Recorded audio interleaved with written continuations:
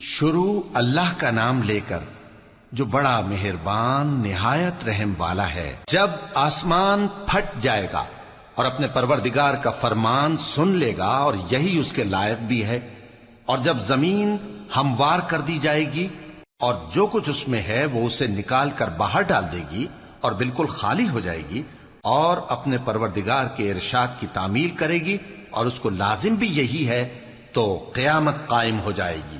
اے انسان، تو اپنے پروردگار کی طرف پہنچنے تک خوب تکلیف اٹھاتا ہے، پھر تو اس سے جا ملے گا۔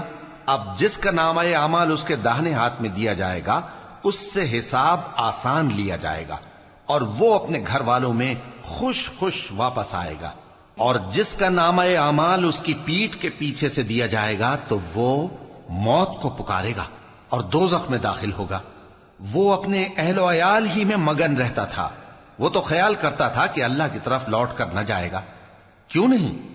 اس کا پروردگار تو اس کو دیکھ رہا تھا۔ سو میں شام کی سرخی کی قسم کھاتا ہوں اور رات کی اور جن چیزوں کو وہ اکٹھا کر لیتی ہے ان کی، اور چاند کی جب وہ پورا ہو جائے، کہ تم لوگ درجہ بدرجہ ضرور چڑھو گے۔ تو ان لوگوں کو کیا ہوا ہے کہ ایمان نہیں لاتے، اور جب ان کے سامنے قرآن پڑھا جاتا ہے تو سجدہ نہیں کرتے، بلکہ کافر جھٹلائے جاتے ہیں، اور اللہ ان باتوں کو جو یہ اپنے دلوں میں چھپاتے ہیں خوب جانتا ہے۔ تو ان کو دکھ دینے والے عذاب کی خبر سنا دو۔ ہاں، جو لوگ ایمان لائے اور نیک عمل کرتے رہے ان کے لیے بے انتہا اجر ہے۔